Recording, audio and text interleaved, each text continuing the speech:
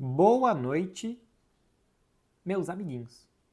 Meu povo, boa noite de verdade, hein? Olha só, eu não vou mentir pra vocês, nós temos intimidade já aqui, mais de 2 anos de canal, são 11h34 da noite de uma sexta-feira e eu tô fazendo vídeo pra vocês. Vocês querem mais? Antes de eu começar a responder as perguntas, eu acabei os trabalhos em Mônaco, uma meia-noite e meia, difícil conseguir Uber para voltar pro hotel, cheguei no hotel mais de 1 da manhã, ainda tinha que traduzir a entrevista do Marc Casador, porque foi em catalão, para ajudar a turma da produção da TNT. Terminei de trabalhar 1h30 para arrumar mala, tomar banho, comer e dormir. Fui dormir 2h30 da manhã. Acordei 6h15 para sair de Mônaco, ir até a estação, pegar um trem até Nice, pegar um avião e vir até Barcelona. Não dormi 4 horas e hoje eu fiz React da Liga dos Campeões, dos melhores momentos. É um programa novo dos correspondentes, tá? Tá no canal da TNT Sports. Só disponível no Brasil, porque tem lances da Champions, a gente não pode exibir lances da Champions fora do Brasil. Fiz Fred e Beckler Explicam, fiz Melhor Futebol do Mundo. Fiz 3 programas de 1 hora e esse daqui tem quase isso. Hoje é o dia que eu passo mais tempo falando do que dormindo. E eu tô aqui para fazer vídeo para vocês, porque é um compromisso com vocês. Eu sei que vocês gostam e eu também. Então, realmente, eu não quero furar com vocês, porque eu vou furar amanhã. Amanhã não vai ter vídeo da semana do Barça. Pô, eu fiz vídeo ontem sobre o Barcelona, vou fazer no domingo. E hoje eu vou responder muitas perguntas aqui do Barça para compensar. Amanhã eu tenho um evento, tenho um casamento para ir aqui em Barcelona. E não vai dar. Então, é por compromisso com vocês mesmo que eu tô aqui, tá? Na moralzinha. E também porque esse vídeo vai entrar uma porrada de anúncios, eu vou monetizar e eu vou ganhar um dinheiro que depois eu vou gastar no final de semana. E é muito bom falar a verdade com um tom meio irônico, parecendo que é brincadeira, mas é a verdade mesmo. Ó, começar aqui uma com a do MR Souza. Qual jogador seria ideal para o Barcelona na próxima janela de transferências? O elenco é tão curto que são muitos jogadores que o Barcelona precisa, muitos jogadores. Falta muita gente em muitas posições. Hoje o Barcelona precisaria de um atacante, porque o Barcelona tem Lamine Yamal, Rafinha, Lewandowski, Pedro ou Dani Olmo ali, e que ninguém fique gripado, né? Porque não tem mais jogadores. Então, o Nico Williams, por exemplo, que eu acho que é um jogador de encaixe muito bom no Barcelona, acho que muito mais do que Rafael Leão, porque eu acho que o Rafael Leão tem um jogo muito individualista, é pegar a bola e que ele resolve, e o Nico Williams é mais combinativo com o resto do time, além de já ter entrosamento com o Lamine Yamal, com o Dani Olmo, com o Pedri por conta da seleção também, que eu acho que é um jogador muito necessário. Pô, mas Lamine Yamal, Rafinha estão muito bem. Eu sei, mas é mais um jogador para chegar, para somar, para empurrar esses caras para frente também. Eu duvido muito que o Lamine Yamal não vá oscilar física e tecnicamente durante as temporadas e precisa de um cara para empurrar ele. De vez em quando ele fica num banco e tal. Assim como o Rafinha, por exemplo. O Rafinha contra o Mônaco não fez um grande jogo, não teve, assim, o jogo foi muito condicionado pela expulsão. Mas o Rafinha não conseguiu manter o mesmo nível das partidas anteriores. Então, numa dessa, o Rafinha substituído para até estar 100% para os próximos jogos, entra outro jogador que pode render um pouco mais. E a mesma coisa do Lamine Yamal, né, que fez o gol, mas que também não fez um grande jogo. E também seria importante ter um outro jogador como reserva para ajudar. Então, o Nico Williams é muito necessário um lateral esquerdo, não tem. É muito necessário um primeiro volante. Eu acho que o Ederson seria uma boa. Tem uma pergunta aqui, já é a seguinte, ó, do Hzin50. Tem algum jogador que não é um fenômeno, mas que acha que jogaria bem no Barça? O Ederson da Atalanta eu gosto muito. Assim como o Zubimendi. O Ederson acho que tem um pouco mais de traquejo com a bola do que o Zubimendi, que constrói menos. Mas assim, jogadores muito físicos, capazes de fazer muitos quilômetros e tal. Acho que iria bem também num meio-campista mais defensivo. Mas assim, falta reserva pro Lewandowski, falta muita gente. Eu fico muito tranquilo para falar, porque na pré-temporada, que o Paulo Victor começou a fazer gol sem parar, eu falei, pô, é uma aposta que eu acho muito difícil. Não sei se vocês lembram aqui que eu falei que eu duvidava muito de um jogador que tinha 22 anos e que não tinha jogado futebol profissional. Só tinha jogado terceira divisão, que aqui não é profissionalizada, e times B, 22 anos. E é um jogador que hoje a gente nem conta que o Paulo Victor vai entrar e vai mudar um jogo, né? Como o Vitor Roque, por exemplo, poderia fazer. O Barcelona apostou no Paulo Victor antes dele. Então, assim, faltam muitos jogadores. É um elenco muito deficitário, o elenco do Barcelona. Rafa Batista 2. Até onde vai o Cruzeiro do Seabra? O time oscila demais e não passa confiança para a torcida. É lógico, né? chegaram 5 jogadores, 6 jogadores, meio time no meio da temporada, é lógico que vai oscilar. Ainda saiu o Arthur Gomes agora, então assim, entre chegadas e saídas, esse time não está pronto. O Fernando Seabra assumiu no meio da temporada, então o normal é mesmo que oscile, que não esteja pronto. Não é um time de ponta, o Cruzeiro é um time de ficar ali brigando por sexto lugar no Campeonato Brasileiro. E olhe lá, e olhe lá. Então acho que a expectativa da torcida é que tem que ser ajustada ao time, ao Seabra, a tudo. É isso mesmo, é um time para estar por ali. O início da temporada foi muito bom, mas com tantas mudanças era normal que oscilasse e está oscilando. Parece que jogou bem contra o Libertad, né? Assistiu os melhores momentos, acho que fez um bom primeiro tempo. O Libertad aparentemente está mal também. Deu muito espaço, o Cruzeiro agradece muito. Contra-atacou muito bem, jogou muito bem no espaço. Mas, cara, não esperem que o Cruzeiro seja o Flamengo, o Palmeiras, o Botafogo. Pelo menos por enquanto, não. Esse time vai oscilar mesmo, é isso. Como que faz para não oscilar? Acredita em alguma coisa, uma forma de jogar, contratar jogadores com aquelas características que você vai querer jogar, um técnico que vai fazer o time jogar daquela forma e insiste. Insiste, os trabalhos têm que ter início, meio e fim, toma as conclusões ao final da temporada e não no meio da temporada, e depois cada um que assuma a sua responsabilidade. Se as contratações do Alexandre Matos não derem certo, o Alexandre Matos tem que ser demitido. Ele tem que ser cobrado pelo trabalho dele.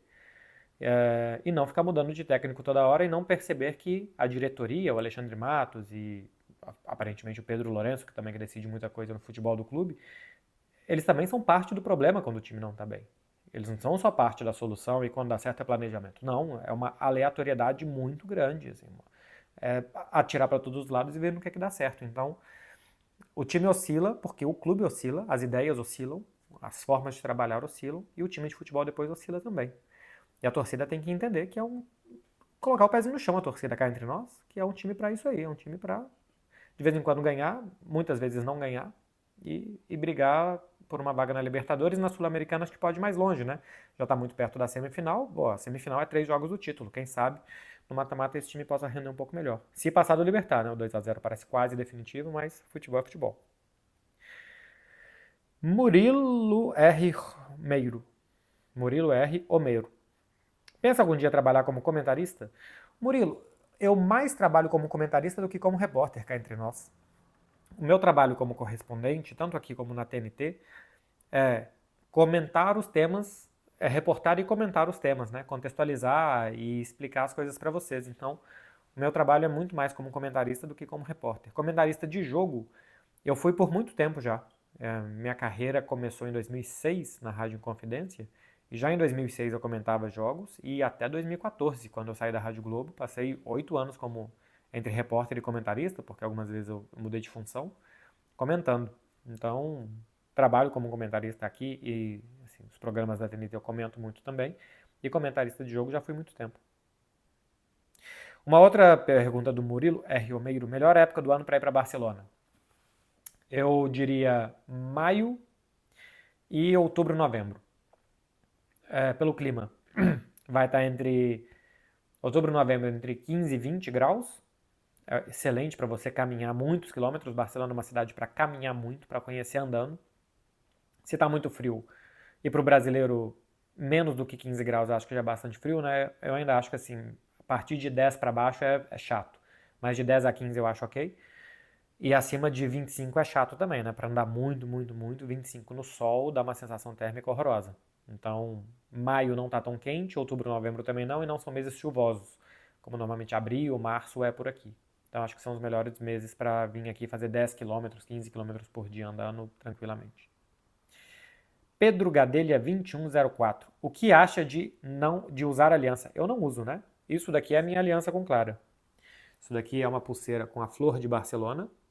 Essa flor aqui está no chão de Barcelona. Ela é projetada pelo Antoni Gaudí. Atrás, não sei se vai aparecer, acho que não. Atrás tem a data do dia que a gente casou no ano passado, 2 de julho de 2023.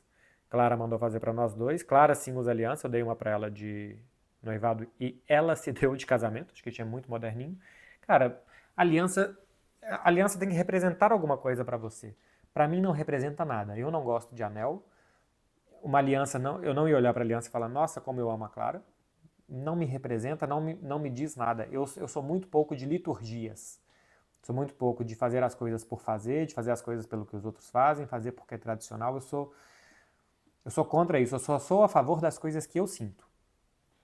E praticar as coisas que eu sinto. Então, pô, se eu gosto, se eu amo a pessoa, se eu quero estar com a pessoa, eu pratico isso. Eu tento demonstrar que eu gosto, eu tento demonstrar que eu me importo, esse tipo de coisa. E não é a aliança que vai fazer eu gostar mais ou menos. Então, não quer dizer nada pra mim um anel. Já respondi aqui do HZin50, se tem algum jogador que jogaria no Barça. Guilherme Bragoni. Como funciona o novo Mundial de Clubes? O Barcelona ainda pode se classificar? Não pode se classificar. O Mundial de Clubes vai ser disputado de 4 em 4 anos. Eu não lembro, e eu deveria começar a fazer esse programa estudando as perguntas que eu respondo tudo de cabeça, porque é meio que um bate-papo mesmo. Mas eu acho que são metade das vagas para os europeus, né? Não sei se são 16 ou são 12. 4 para os campeões dos últimos 4 anos, então o campeonato é 2025, campeão de 24, 23, 22 e 21. E depois os times que somaram mais pontos na Liga dos Campeões. E aí a vitória vale 2 pontos e o empate 1 ponto. Vai mudar para o próximo Mundial. Mesma coisa na América do Sul, né? Os campeões desde 2021 e depois os melhores ranqueados nesse ranking da FIFA, que vitória vale 1 ponto, empate outro, classificação para as fases seguintes de mata-mata outro. Então, vai somando ponto nesses 4 anos. O Barcelona acabou ficando atrás, e aí tem um limite por países. Então, tinha um limite de 2 times por país, a não ser que tivesse um campeão a mais. O Real Madrid foi, porque ganhou 1 milhão de vezes a Champions. E o Atlético de Madrid, nos últimos 4 anos, conseguiu mais vitórias e classificações para os mata-matas que o Barça. Então, o Atlético de Madrid classificou e o Barcelona ficou para trás. Vamos ver se vai acontecer esse Mundial, né? Eu acho que sim, eu diria 90% que sim. Mas os jogadores são tão insatisfeitos de jogar tanto e aparentemente está tão no ar ainda o que isso vai render economicamente para os clubes, que vamos ver. Glauber M. Melo. MB, me recomende bons vinhos europeus. Não recomendo. Você sabe por quê, Glauber? A não ser que você seja muito rico. E eu acho que normalmente quem é muito rico não pede para mim uma indicação de vinhos, né? Vai pedir para quem entende melhor. Os vinhos europeus chegam muito caros no Brasil, não vale a pena. Dá para achar vinho bom mais barato. Vinho brasileiro, vinho argentino, chileno, esse tipo de coisa. Por exemplo, aqui, o vinho que eu mais gosto da Espanha chama Marquês de Riscal. É um vinho que você compra no supermercado por 16, 17 euros. 17 vezes 6 dá 95 reais. Esse vinho no Brasil custa quase 300 reais. Não vale a pena pagar 300 reais para um Marquês de Riscal e ele é uma delícia, é um vinho muito bom mesmo. E aqui também eu não compro vinho para tomar qualquer hora do dia, assim, qualquer hora do dia, qualquer ocasião, um vinho de 16 euros. Aqui a gente compra vinho, sei lá, eu compro vinho de 8, 7, 9 euros. O supermercado aqui na porta da minha casa tem muita promoção de segunda unidade a 50%. Aí eu compro um vinho de 12, que já é legal, a segunda sai por 6, então somar os dois dá 18, dá uma média de 9 por um vinho muito bom. Mas assim, não vale a pena comprar um Marquês de Riscal por 300 reais. Por 300 reais você acha vinhos muito bons aí. O meu vinho preferido no mundo, pra gente já tomar com Clara em Turim, é o Barolo. Um Barolo custa uns 30, 35, 40 euros. A gente só toma em ocasiões bem especiais. Então isso vezes 6, que é o que está custando hoje o euro, 250 reais. Só que chega no Brasil um Barolo a 500 reais, a 600 reais. Cara, não vale a pena. Eu não pagaria, se eu morasse no Brasil, 600 reais numa garrafa de vinho. Se você tem condição de pagar, compra um Barolo, compra um Brunello de Montaltino, compra um Marquês de Riscal, compra um vinho da Borgonha. Esses são muito bons, é o que eu recomendo. Mas eu acho que o custo-benefício não vale aí para o Brasil, pelo valor que eles chegam aí. E vinho brasileiro eu não sei indicar.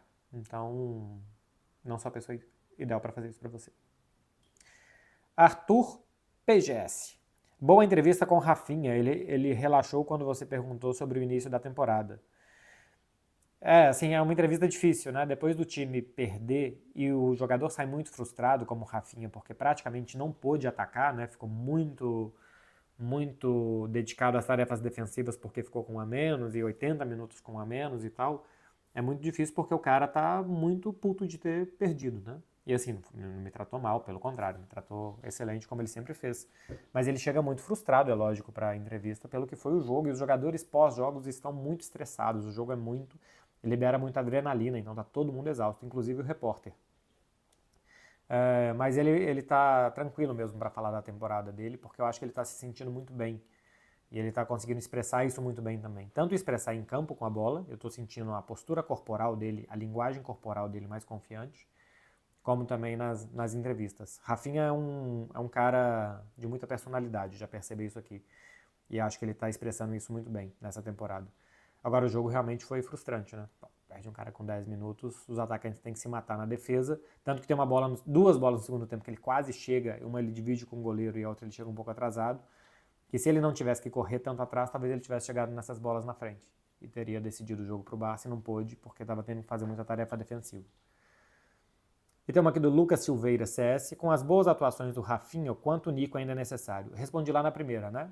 Acho que o Nico é necessário para que o Rafinha mantenha o nível, que o Lamine mantenha o nível também, para rodar elenco, porque Dani Olmo se machuca muito e o Rafinha pode jogar por dentro, numa dessas do Lamine, a Mal também pode jogar por dentro e abrir o Rafinha na direita, o Nico na esquerda, enfim.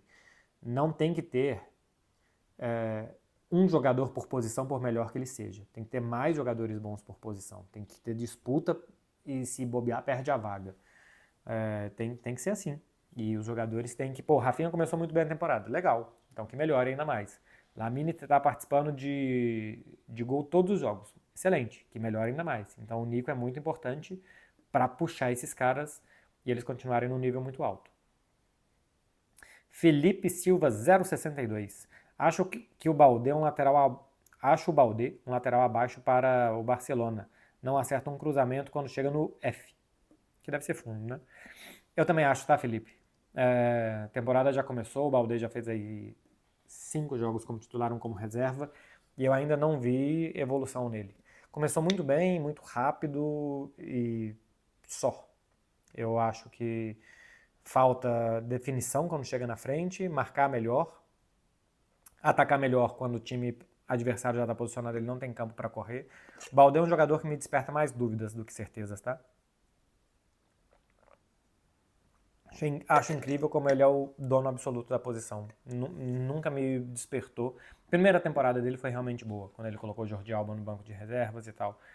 Mas depois disso, nunca mais me despertou confiança o suficiente para o Barcelona nem ter reserva para ele. Luan Gomes G. Pensou que ficaria sem graça viver em Barcelona após a era Messi? Pensei. Cara, assim, a saída do Messi pessoalmente me afetou. Porque eu pensei isso, achei que ia virar um clube triste, difícil de... Porque quando o Messi se machucava, era muito chato ir nos jogos. Era difícil, era sem graça, faltava alguma coisa.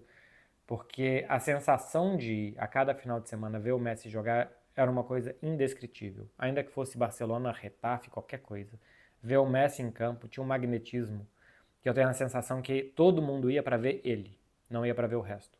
Quando o Messi se machucava em algum jogo, o estádio gelava, ninguém vibrava durante o jogo e o Messi enchia o estádio, né? Assim, era Camp Nou com 80 mil pessoas muitas vezes e sem ele perdia a graça.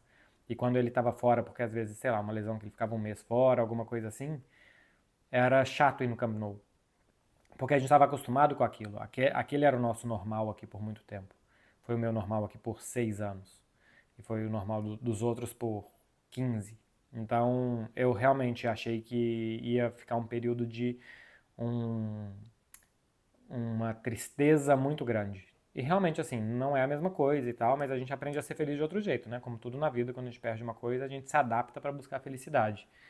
Mas as primeiras semanas, os primeiros dias foram terríveis, tá? Sim, eu pessoalmente fiquei muito abalado mesmo. As primeiras semanas foram ruins e com o tempo, assim, a primeira temporada foi horrorosa, mas com o tempo foi melhorando. Tanto que hoje eu acho que nem deveria voltar, assim, nas 2 últimas temporadas eu já nem queria que ele voltasse porque eu sabia que não ia ser a mesma coisa. Boa pergunta, tá, Luan? Muito obrigado, acho que eu nunca tinha falado disso e porque nunca tinha me perguntado. E boa pergunta. Andrei, underline, MRA. Ter Stegen deve começar a ser contestado no time, Barça já tem que procurar outro goleiro. Também acho. Tem que procurar um goleiro de ponta, tem que procurar um muito bom goleiro pro lugar do Ter Stegen. Acho que não tem dentro do Barça, vou falar isso mais pra frente porque tem pergunta sobre Iñaki Peña, mas eu também acho que ele não deve ser mais incontestável e o dono da posição como ele é há 10 anos no Barça. Acho que em alguns momentos ele mostrou ser um goleiro incontestável, mas goleiro para 10 anos tem sensação de que ele não foi por aqui. Danilo Valente G. Oi, Beckler. Vinda do Depay é Memphis, gente. Ele não gosta de ser chamado de Depay. Eu acho que é desrespeitoso. Não é por em você, tá, Danilo? É muito mais para os próprios jornalistas que falam Depay. Eu acho que é desrespeitoso quando uma pessoa quer ser chamada por um nome e a gente chamar por outro. Ainda que seja o nome dele, né? O sobrenome dele é Depay, ele tem uma relação ruim com o pai e pede insistentemente para ser chamado de Memphis. E eu acho que a gente deve respeitar. Então não é com você não, tá, Danilo? Oi, Beckler, vinda do Depay pode ajudar os técnicos que atuam aqui a terem mais chances na Europa? Agora sim é para você, Danilo. Mas, meu povo, para vocês todos. Gente, ninguém liga. Ninguém liga. O futebol brasileiro não vai passar a ser assunto na Europa, visto em vários países, tema de debate nas ruas, porque o Memphis está no Brasil, porque o Payet está no Brasil. Ninguém liga. Alguma coisa na Holanda vai sair, que não é um país nem de perto dos principais hoje do centro do futebol europeu. Né? Quando a gente fala das 5, 6 principais ligas europeias, os Países Baixos não estão. Portugal, que consome muito futebol brasileiro, pelos técnicos portugueses que estão lá, pela proximidade do idioma, pelo tanto de brasileiro que está em Portugal, ainda é o que mais fala. Mas assim, aqui na Espanha é muito difícil de assistir futebol brasileiro. Eu pago aqui um pacote que tem futebol brasileiro, não passa todos os jogos. Assim, eu assisto via Premier, porque a Premier pega aqui. Mas eu tenho um outro pacote da La Liga Mais para assistir Sul-Americana e Libertadores e não passa todos os jogos. Não tem comentarista, é só um narrador.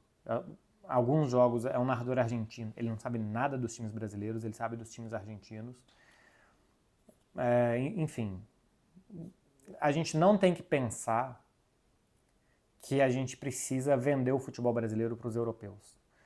Porque eles não compram, porque passa tarde, porque eles são eurocentristas, eles acham que o deles é melhor e ponto final. A gente tem que pensar em produzir melhor o futebol brasileiro como produto, gramados, estádios, uniforme, tempo de bola em jogo, qualidade do jogo, tudo isso, envelopar tudo isso para nós. Nós merecemos um futebol melhor. Nós, brasileiros, merecemos que o nosso futebol seja melhor.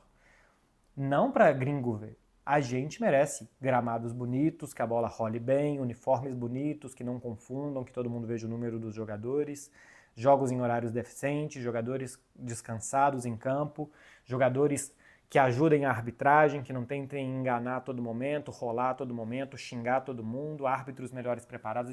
A gente merece isso para nós. Nós somos um país de 220 milhões de pessoas, boa parte delas ama futebol, consome futebol, deixa faltar coisa em casa para ver futebol.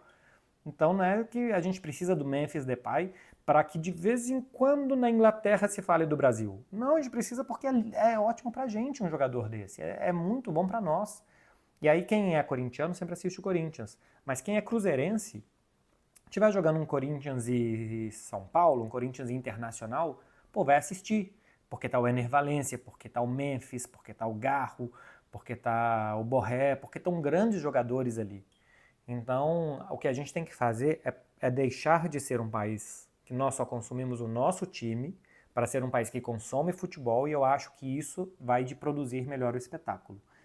E não é uma aventura, como eles próprios chamam aqui, para um futebol exótico, como eles tratam o futebol brasileiro, para que o gringo veja e a gente vai vender agora patrocínio para Samsung. Samsung, se quiser patrocinar o canal, pode. Mas sabe que a gente vai vender assim para marcas globais o futebol brasileiro, porque nós vamos rivalizar com a Liga, com a Premier League. Não. A gente só precisa ter um bom consumo interno do futebol brasileiro e produzir bem, contratar bons jogadores e ter toda essa estrutura que eu falei, o futebol brasileiro para isso. É o que eu acredito. Muito obrigado, viu, Danilo? Pergunta muito boa. Como é que é aqui? Reinalson, 89. O que acha dessa forçação em cima de um personagem anticarisma do Hendrick? Então, eu não sei se o Hendrick antes estava forçando um personagem muito cult e agora está forçando um personagem muito sério, né? Mas ele está muito sério. Está muito sério. E eu acho que não combina com um cara carismático, que ele é. Carismático, autêntico, engraçado, tem acho que um bom... sabe se expressar bem e tal. Então acho que ele se comunicou mal nas últimas semanas, nos últimos meses, o que é normal para um garoto de 18 anos, né? Assim, pessoas velhas se comunicam mal e às vezes se confundem e não sabem como se portar em determinadas situações. Eu acho que isso está acontecendo com ele. Eu só tenho assim, eu conheci o Hendrick cedo, né? Eu passei um dia com o Hendrick em Madrid, muito cedo, uma visita dele aqui em 2021, 2022 na Europa, e eu vi como ele realmente, assim, um cara carismático, bem articulado, que fala bem e tal, e, pô, 3 anos depois evoluiu ainda mais, né? Amadureceu. Eu só tenho medo de ele ficar antipático. Não anticarisma, muito sério e tal, mas dele parecer antipático e arrogante, que é o que me pareceu. Eu acho que não é o que ele quer transmitir. Se ele está chateado porque as pessoas estão brincando com o negócio do Bob, pelo amor de Deus, moleque de 18 anos, passe a levar as coisas de uma forma mais leve. Mas eu tenho um medo dele parecer antipático e arrogante, coisa que ele não é, não me parece que seja, e que ele não deve ser. Então, acho que assim, o pessoal que cuida da carreira do Hendrick, da comunicação do Hendrick, tem que tomar cuidado para não passar informação demais, para não lotar o menino de instruções e deixar ele ser quem ele é. Porque eu acho que quem ele é o suficiente para que as pessoas gostem dele, tá? Sim, para que as pessoas entendam o recado que ele quer dar, como ele quer se comunicar e que ele vai ser um jogador global, eu acho. Quanto mais autêntico, melhor. Ou que não se comunique, né? Que ele só se comunique dentro do campo, o que o Messi fez a vida inteira. O Messi agora fala mais, mas passou muito tempo aqui que ele não falava. Não falava. Anos sem escutar a voz do Messi. Você só falava do Messi porque ele driblou não sei quantos jogadores, fez tantos gols em tantos jogos e tal. Você só tinha para falar dele futebolístico. Se o Hendrick quer construir uma imagem em torno dele, e para isso é importante o marketing, falar e tal, tem que ser melhor feito. E acho que o melhor feito é o quê? Naturalidade. Acho que as pessoas gostam de pessoas naturais, né? Eu acho que é isso que vem de melhor.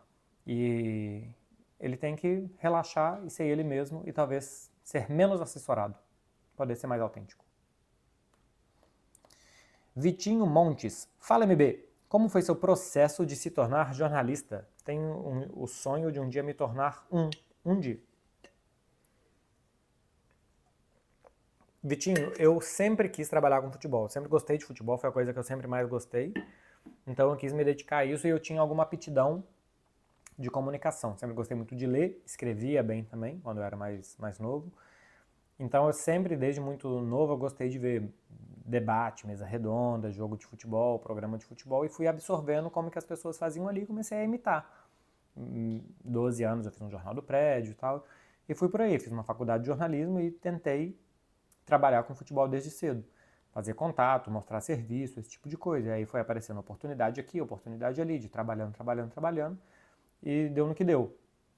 Então acho que o meu processo foi esse. É o processo certo para todo mundo? Não sei, cada um vai ter o seu.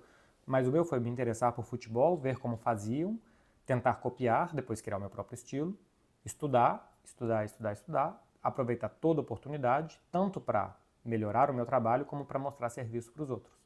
E a partir daí ter melhores oportunidades. Foi o que eu fiz. Diego Erval. Tem dicas de bairros legais para se hospedar aí em Barcelona? Bairro legal para se hospedar é o Borne, ou perto do Borne. Então, perto de Praça Tetuán, não diria para você se hospedar no Gótico e nem no Raval, são bairros hoje já um pouco mais complicados, problemáticos, especialmente o Raval é um bairro difícil aqui em Barcelona. Evita também a região das Ramblas, porque também é um pouquinho problemático, mas assim, perto do Arco do Triunfo, do Parque da Ciutadella, Praça de Tetuán, Passeio de São João, eu acho que é uma boa área para você se hospedar. Você está no centro, você vai conseguir fazer tudo a pé, você está perto de bairros legais para restaurante, bares, você está perto das principais atrações turísticas, eu acho que é uma boa. Dica que eu dou.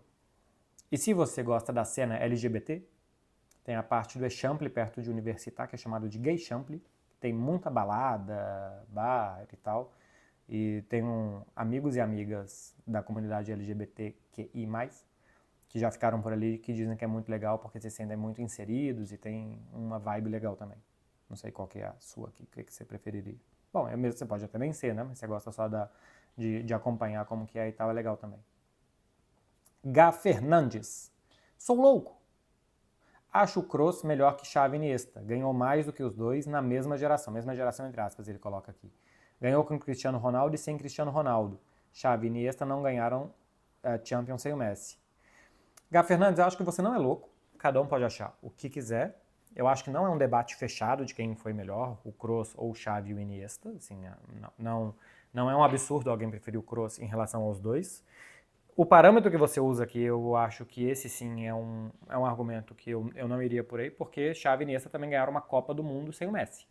E o Kroos ganhou a Copa do Mundo sem ser um grande protagonista daquela Alemanha, né? Até jogava ali e tal, mas a Alemanha tinha Klose, Müller, até acho que Schweinsteiger era mais referência para aquele time do que o Toni Kroos. Então, e acho que assim, Xavi e Iniesta não ganharam sem o Messi, porque antes do Messi também... Bom, sem o Messi eles nem chegaram a jogar.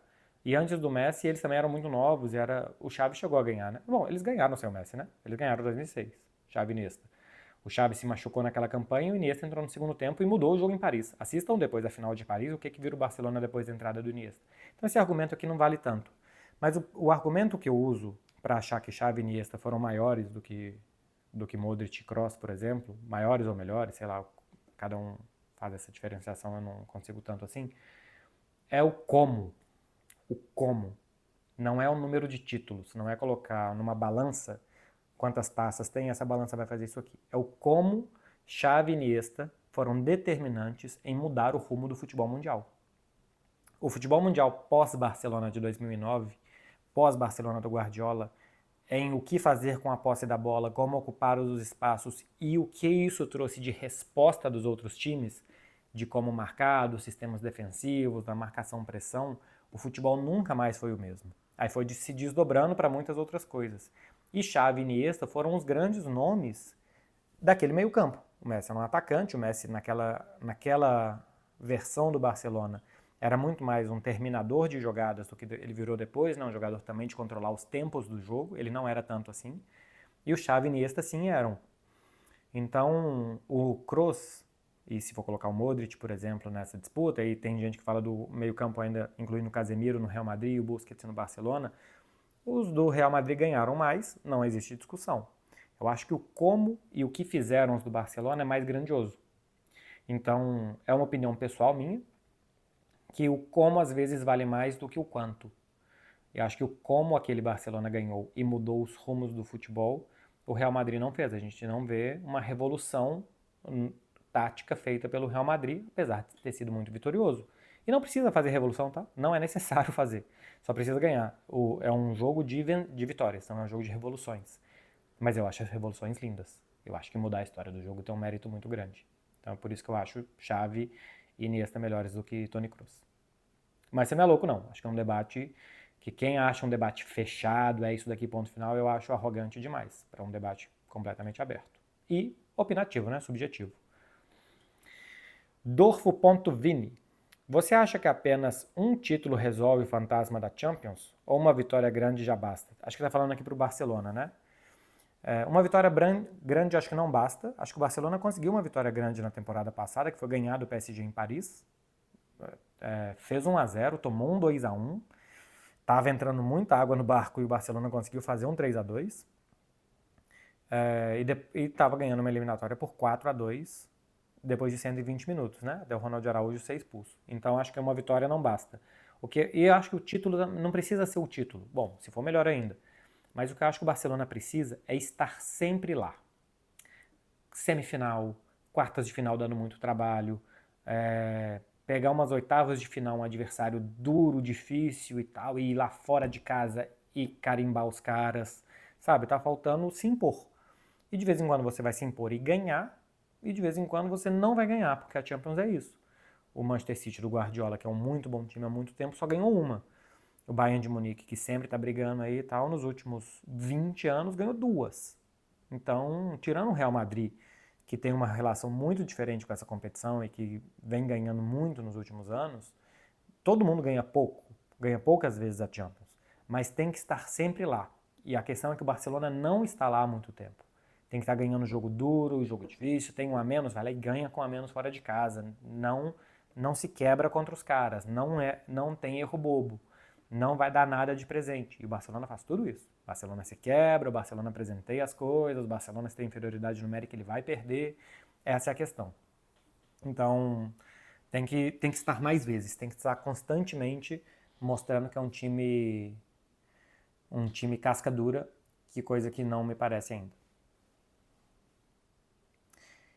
Christian Carlos.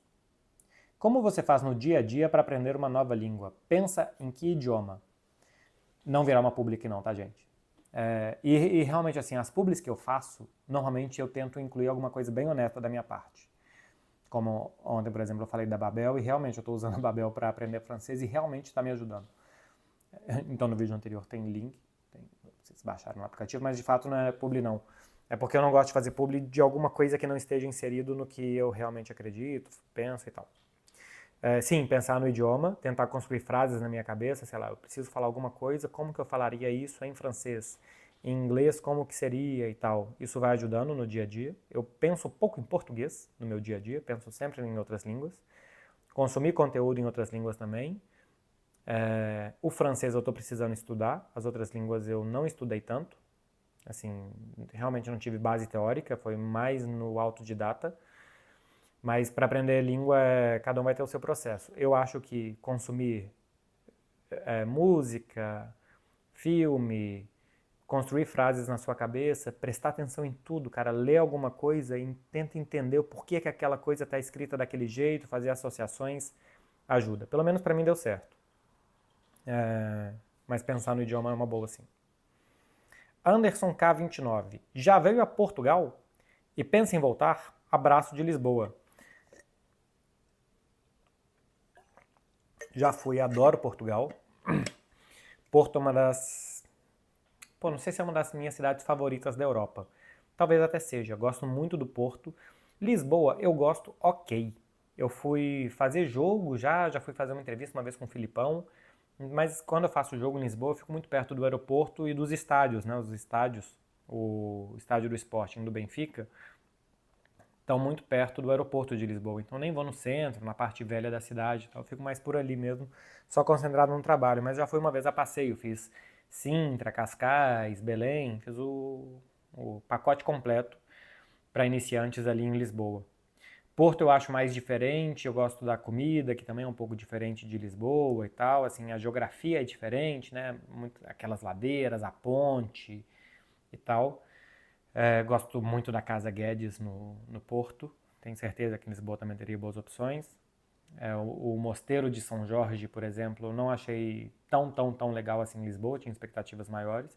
Então Lisboa eu gostei, mas Lisboa é muito parecida com o Brasil, muito parecida com o Brasil. Então eu gosto, mas no meu país tem igual.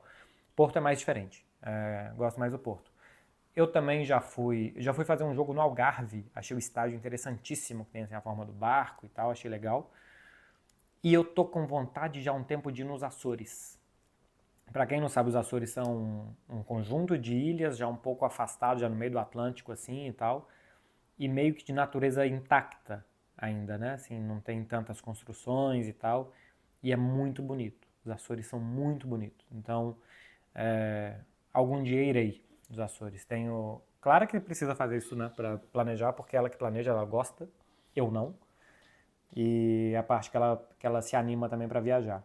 Mas é uma viagem que eu penso em fazer no futuro, sim, porque tem um amigo que foi recentemente e as fotos são maravilhosas e Carolina Albuquerque, que é a nossa produtora cinegrafista, é portuguesa e fala muito bem dos Açores também. É uma viagem que um dia eu quero fazer.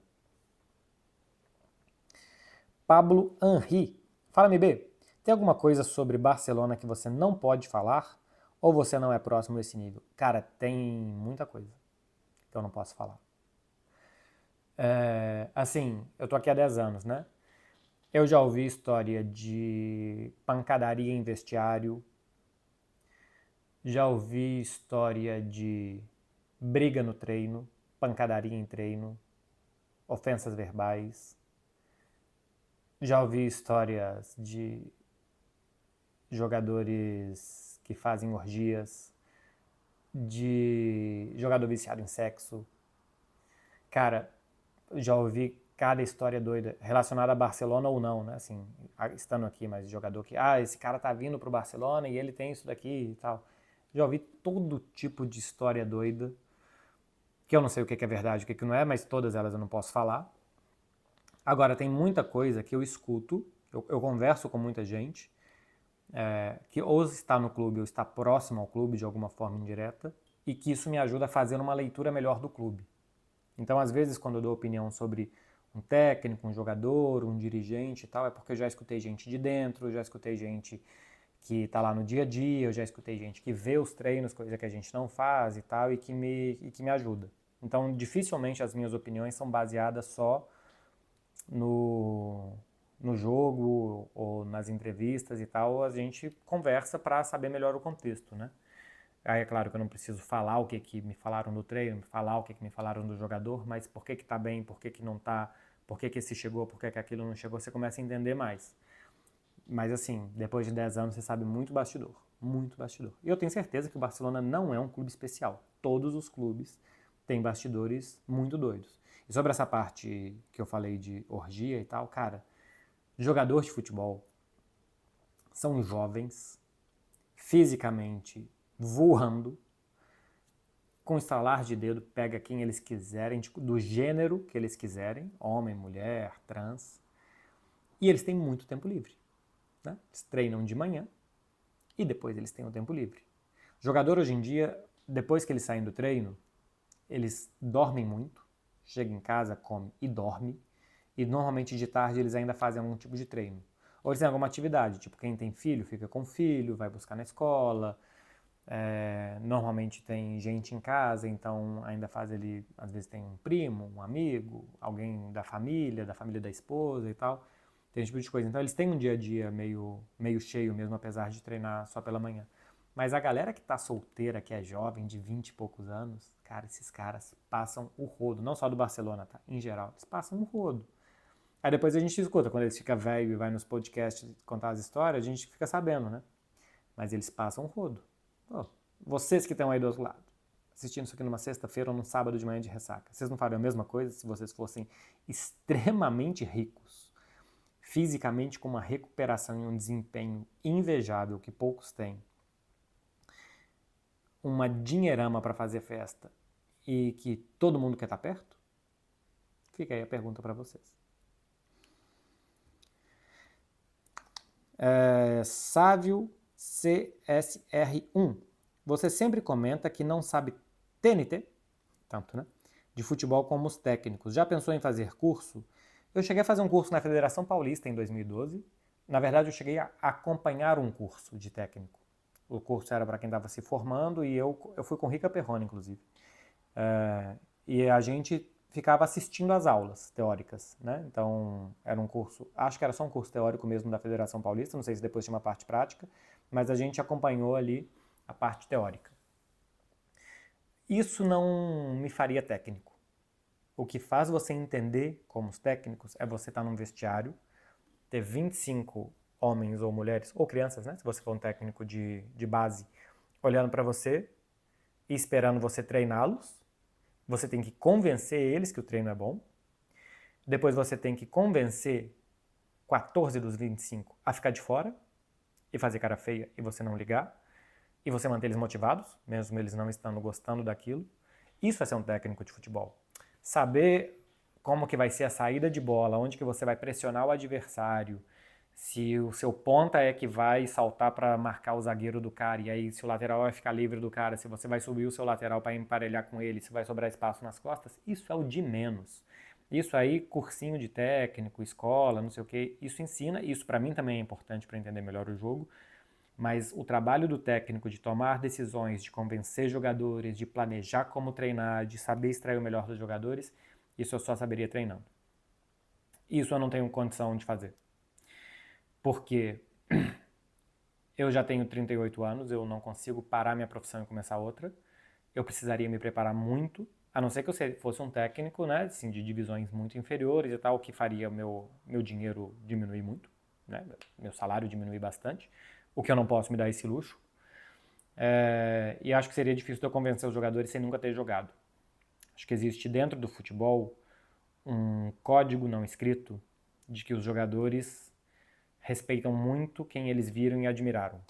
Não que alguém que não tenha sido jogador não possa ser técnico, mas o fato de ter sido jogador acho que ajuda muito. Mesmo que você não tenha sido um jogador de ponta, né? O Jürgen Klopp era um jogador de segunda divisão, mas ele viveu aquilo ali durante 20 anos. Para ser técnico depois ajuda muito.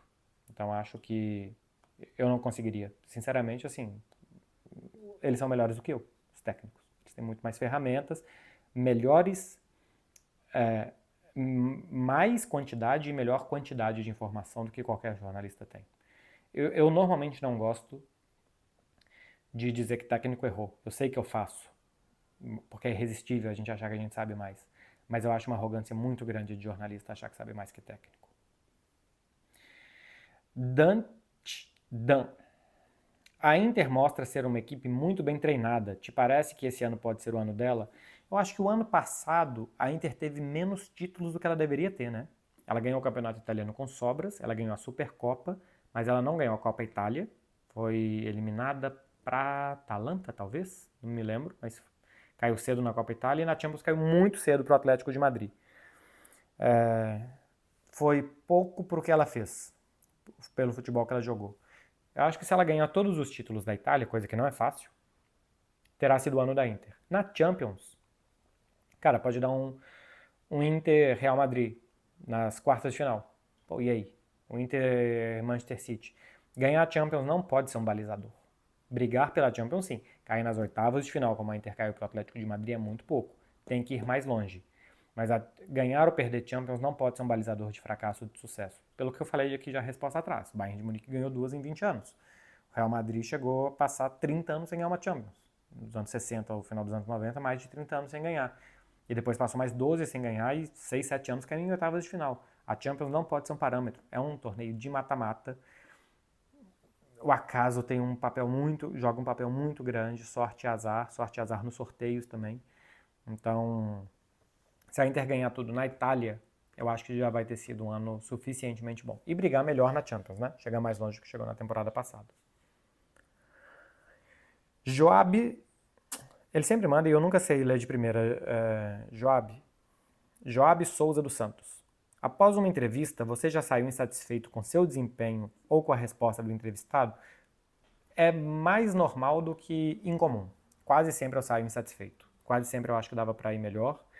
Eu acho que eu não sou tão bom de entrevista como o Fred Caldeira, que para mim é o melhor de todos, porque o mais importante da entrevista é tirar boas respostas do entrevistado, independentemente do que você faça. Se é dar uma cambalhota, se é perguntar em 2 palavras, ou se é fazer uma palestra antes para quem vai responder. E eu acho que eu não consigo fazer nem uma cambalhota, nem uma palestra, nem 2 perguntas. Eu acho que eu sou um entrevistador comum. E acho que eu tenho que melhorar. E me cobro para melhorar e tento ver onde que eu errei e como que eu posso melhorar. Mas eu acho que eu não tiro tantas boas respostas assim, como eu acho que o Fred tira. Então, normalmente eu saio insatisfeito. E assim, sobre resposta do entrevistado, por exemplo, eu entrevistei o Guardiola uma vez, um Leipzig e Manchester City. Ele estava super estressado, final de jogo ele não queria falar. Então ali realmente não tinha. Ali eu saí de consciência tranquila. Não tinha muito o que eu fazer. Em 2 minutos de entrevista eu devo ter feito 6, 7 perguntas. Ele não queria responder, ele estava respondendo tudo em 1, 2 palavras. E pô, eu peguei ele no mau dia.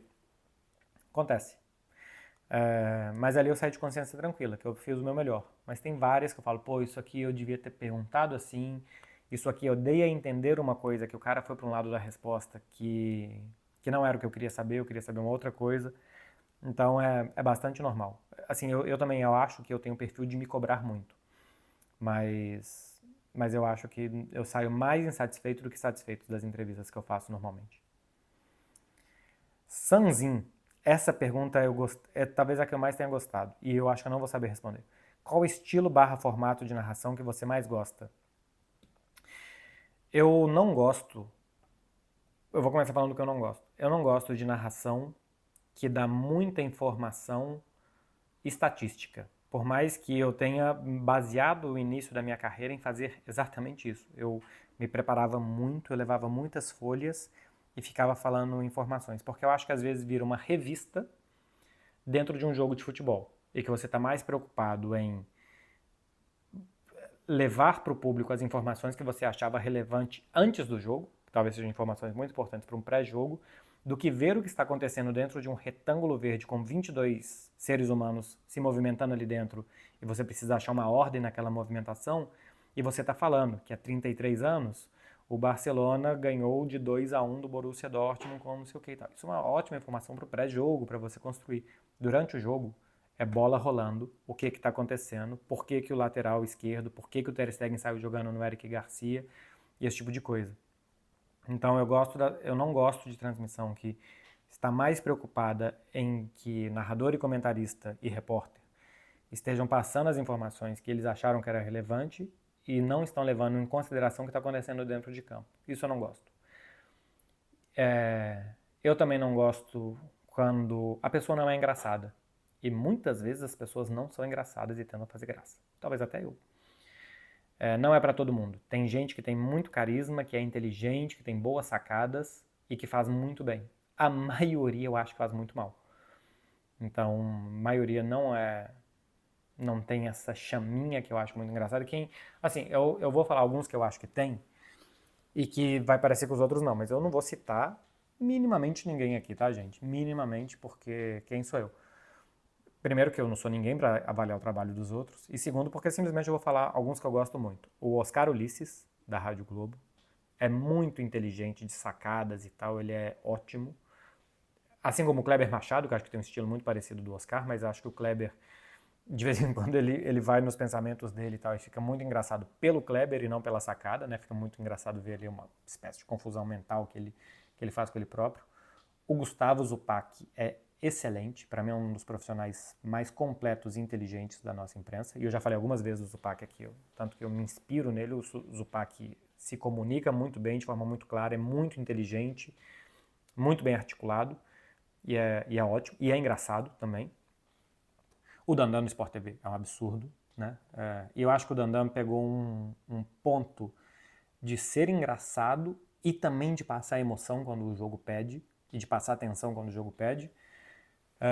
Coisa que talvez antes eu não reparasse tanto e que eu só visse ele como engraçado, mas ultimamente tem umas narrações dele que são bastante emocionantes. Eu acho que ele sempre foi bom, mas é que eu não reparava tanto. O André Henning é espetacular de inteligência também, de transmissão e tal, e eu acho que ele tem um entrosamento bom com o Vitor Sérgio Rodrigues e com o Bruno Formiga de também puxar isso. O Jorge Igor eu acho que já tem um perfil diferente, de muito narrador de jogo, que eu adoro. Aí já não falando desse perfil assim, né, de trazer coisas mais cômicas e interessantes para a transmissão. Narrador puro e duro, eu gosto muito do Jorge. O Luiz Felipe Freitas é um absurdo também de bom narrador. Bom, e a partir daqui eu vou começar a esquecer gente, porque simplesmente são meia-noite e não vem na minha cabeça.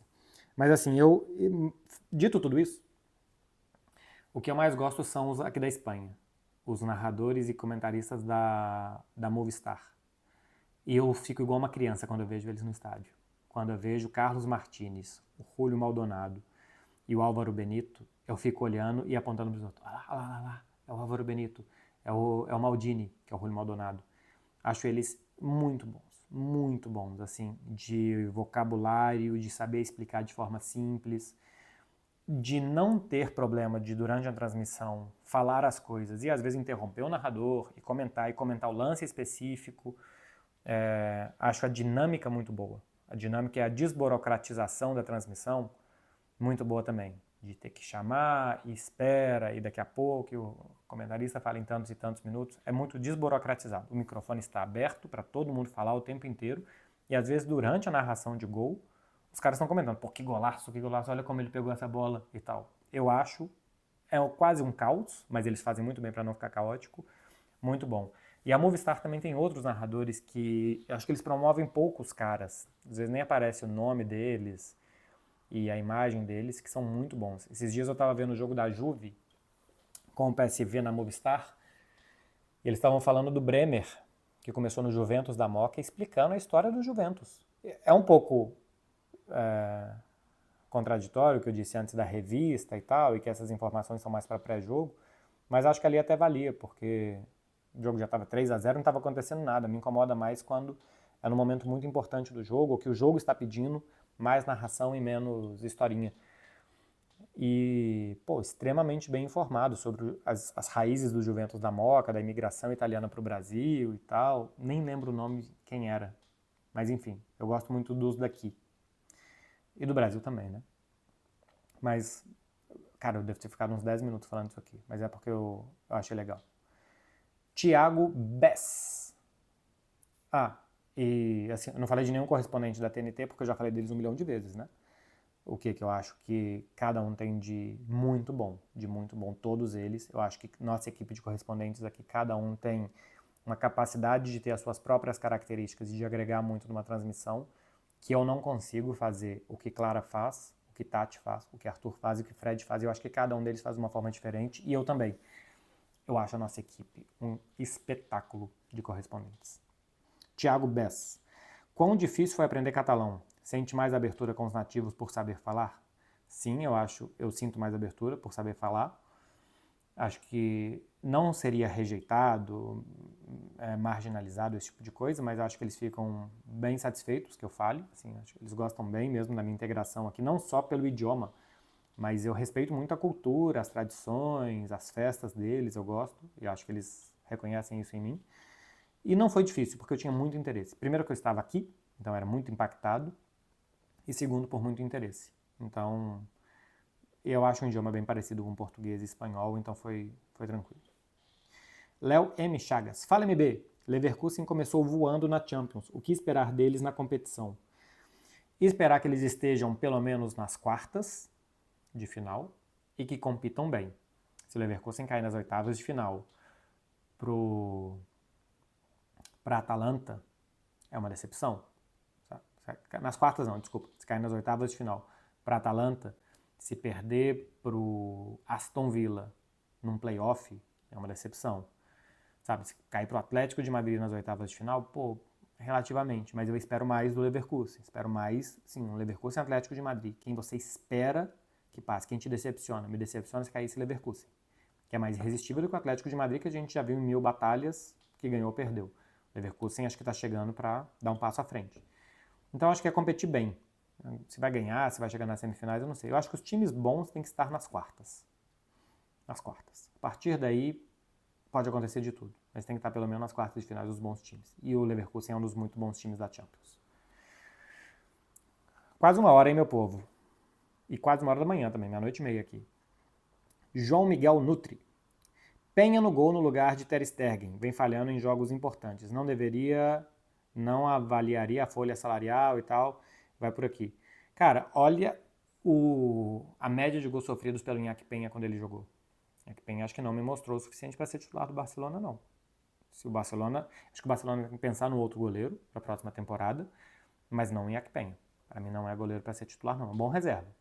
Machucou e tal, tá ali, vai entrar um goleiro que talvez não fale tanto, mas ele teve bastante tempo na temporada passada e a média de gols dele é muito ruim. Rafael Couto. Qual a sua opinião sobre greve de jogadores? Acha que está se tornando necessário? Acho sim que está tornando necessário. Eu acho completamente, nesse momento, embrionário e não vejo como começar. Vão fazer greve em quais competições? Em todas? Vão para todas as competições? Os clubes vão empurrar para as seleções. As seleções vão empurrar para os clubes. E aí eles vão jogar... eles vão aceitar ganhar menos para jogar menos? Eles vão continuar mantendo esses salários? Eles só ganham isso tudo porque os clubes geram esse dinheiro todo. E os clubes só geram esse dinheiro todo porque jogam muitas vezes. Todos os jogadores de todas as divisões vão querer ou só os que jogam mais vezes? Então, outra coisa, eles vão conseguir se organizar para isso? Não é fácil se organizar, não é fácil criar um coletivo para isso. Então, por enquanto, eu acho que está surgindo uma insatisfação pública, mas daí aí para a greve, me parece que está muito longe, tá? Não sei se tem tanto diálogo entre eles para parar. E eu acho que eles não têm ideias. Quando você faz uma greve, eu acho que você... Eu sou totalmente favorável, tá? Às greves. Camarada Beckler aqui falando. Quando você faz uma greve, você tem que ter ideias de como melhorar as coisas. Então que os jogadores deem ideias. Olha, acho que a gente tem que jogar menos competições e seleções. Tem muita data FIFA, tem muitos jogos de campeonatos nacionais, não precisa de tanto. E tem que ir por aí. Se eles simplesmente estiverem satisfeitos e sem ideias, sem propor nada, me parece só uma ideia vazia. Caleb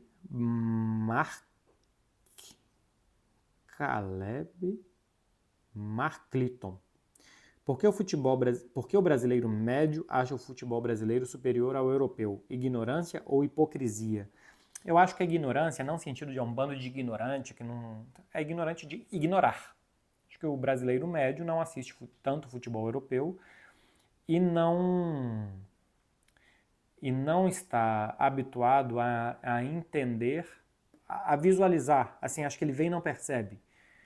Velocidade do jogo, velocidade de tomada de decisão, pouco espaço para jogar. Acho que o brasileiro tende a medir as coisas muito na régua da caneta, sabe? Do futebol plástico, o que é bonito, mas que às vezes não é nem bom. Às vezes para dar um drible, uma caneta e tal, que você vai falar, ih, tal, não sei o quê, olha só que jogadaça e tal. Às vezes ele deu um drible para trás e atrasou uma jogada. Foi bonito, foi inútil, o futebol para divertir, então no final das contas dá certo também, mas que deixou o jogo menos... Ele não chegou ao objetivo do gol. Então acho que o brasileiro está muito ligado a ter o futebol plasticamente bonito como um bom futebol, e às vezes não é. Às vezes o futebol é bem jogado, é bem competitivo, é bem organizado e tal. Palmeiras, por exemplo, acho que é isso. Palmeiras, mesmo quando goleia, outro dia eu estava assistindo mais ou menos Palmeiras e Criciúma, mesmo quando goleia não joga plasticamente maravilhosamente bem, mas joga bem sempre. Quase sempre o Palmeiras joga bem, quase sempre o Palmeiras dá pouca chance para o adversário e cria mais. Mesmo esse ano que está meio assim. Então acho que o brasileiro médio tende a não perceber velocidade de jogo, velocidade de tomada de decisão, capacidade de executar movimentos muito rapidamente. E outra coisa, a gente está falando da elite europeia, né? Então, quando a gente pega Arsenal, Manchester City, que tem esse final de semana, quando a gente pega Liga dos Campeões, é elite, é a creme de la creme. Mas bota aí pra ver um Sevilha-Retafe. O futebol brasileiro muitas vezes é melhor. Muitas vezes é melhor. Coloca aí um Brentford contra Southampton, né? Um Lecce e Monza. Então, o que é futebol europeu? Elite da elite? Claro que eles são melhores. Eles têm os melhores jogadores. Os bons brasileiros estão aqui.